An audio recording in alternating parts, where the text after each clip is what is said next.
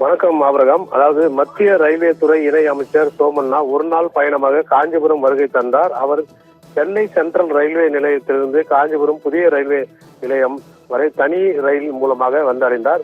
காஞ்சிபுரம் புதிய ரயில்வே நிலையத்தில் ஆய்வு மேற்கொண்ட மத்திய இணையமைச்சர் பின் அங்கு புதியதாக இந்திரா நகர் பகுதியில் ரயில்வே தண்டவாளத்துக்கு இடையே சுரங்கப்பாதை அமைக்க வேண்டும் என அப்பகுதி மக்கள் நேரடியாக சென்று மத்திய இணை அமைச்சர் அவர்களிடம் கருத்து கேட்பு பரிசீலனை செய்தது. அதாவது சுரங்கப்பாதை அமைக்கும் பணியை செய்து தருவதாக உறுதியளித்தார். அதன் பின் காஞ்சிபுரத்தில் உள்ள ஆன்மீக ஸ்தலங்களை அவர் சுற்றி பார்த்தார்.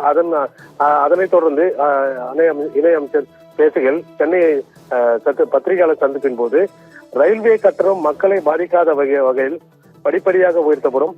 காஞ்சிபுரம் மாவட்டத்தில் புதியதாக அமைய இருக்கும் பரந்தூர் விமான நிலையம் பகுதியில் ரயில்வே நிலையம் அமைக்க ஆலோசனை பரிசீலனையில் உள்ளது என மத்திய ரயில்வே துறை இணை அமைச்சர் இவ்வாறு பத்திரிகையாளர் சந்திப்பின் போது தெரிவித்தார். ஆபிரகாம்.